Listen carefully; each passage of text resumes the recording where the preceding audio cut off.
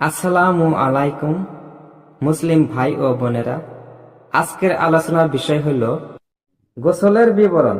গোসল কেন করা হয় ও কি কি কারণে গোসল ফরজ হয়। আসলতে শরীরের ময়লা ও দুর্গন্ধ দূর করা এবং স্বাস্থ্য সুরক্ষার জন্য সকল মানুষের গোসলের প্রয়োজন।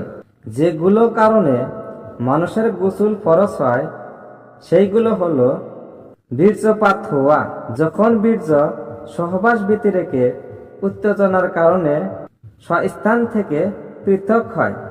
জীবিত মানুষের যোনিদ্বারে বা গুহাদ্বারে পুরুষাঙ্গের অগ্রভাগ প্রবেশ করা।